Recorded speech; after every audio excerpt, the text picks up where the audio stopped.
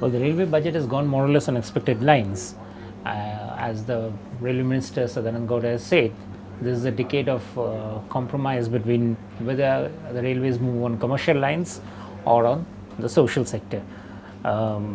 His big problem is for this year, for instance, the economy is not really picking up very hard. If you look at the growth in passenger traffic, he's projected a traffic rise of just 2%, and which just means that whatever railways have coming on from last year, that is in terms of the financial pressure, they simply don't have any further leeway to expand any more in fresh projects.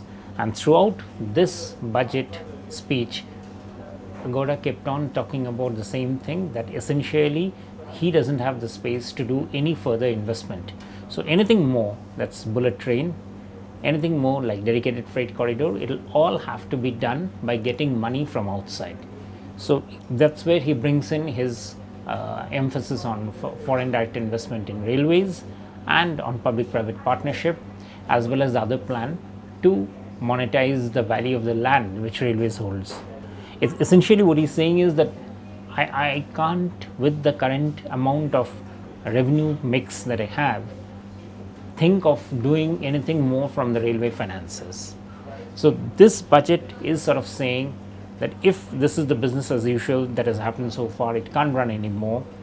It has to be something fresh, and those fresh has to be from fresh thinking in terms of bringing in money from outside to leverage on the railway's ability, which he is banking on. Would they succeed? Well, it largely depends on that this is a working plan. There is no ambitious idea of starting out any fresh initiative, which basically those are optics.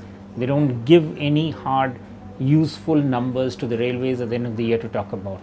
The railways needs to move traffic fast, it needs to move passenger fast, and it needs to keep safety along. And to do all those things, railways even now doesn't have the money to do it.